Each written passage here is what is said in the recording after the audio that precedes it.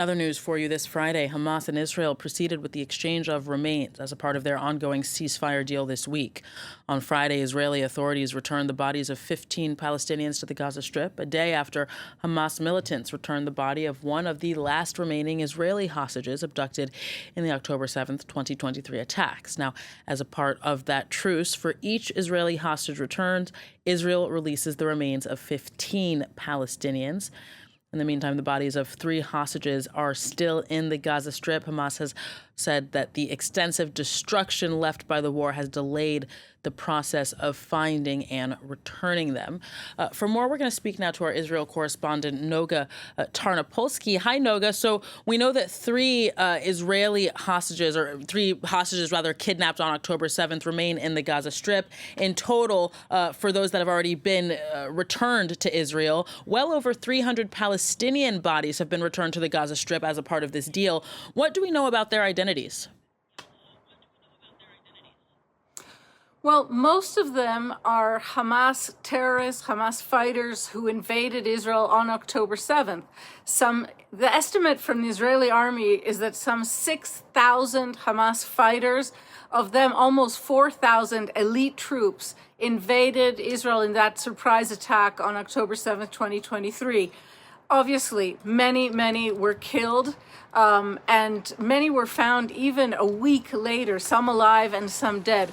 Those bodies were buried in Israel, and those are the bodies that are being returned now in exchange for these Israeli hostages.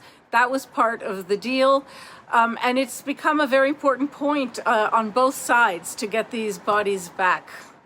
Now, Noga, in the meantime, Hamas, as I mentioned, still has 3 bodies that are to be returned to Israel. And once that does happen, negotiations on phase 2 of this truce deal are supposed to start. So what might that look like when it does get started? Well, the truth, Aaron, is that each side has good reasons to want to drag its feet right now ahead of phase 2.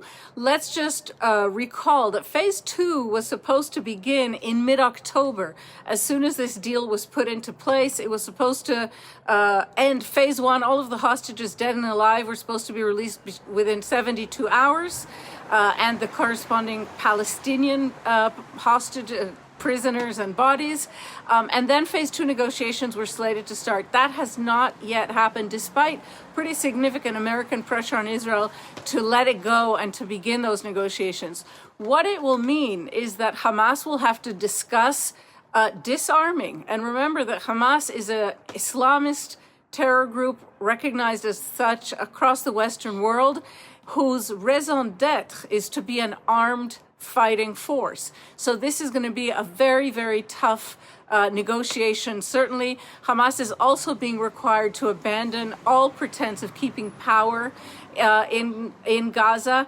And I have to say that during this very extended for now almost month-long phase 1, Hamas has taken advantage of this time to reconstitute its hold on power in Gaza. Israel will have to negotiate on a redeployment to the edges of Gaza. This will also be politically very difficult for Netanyahu.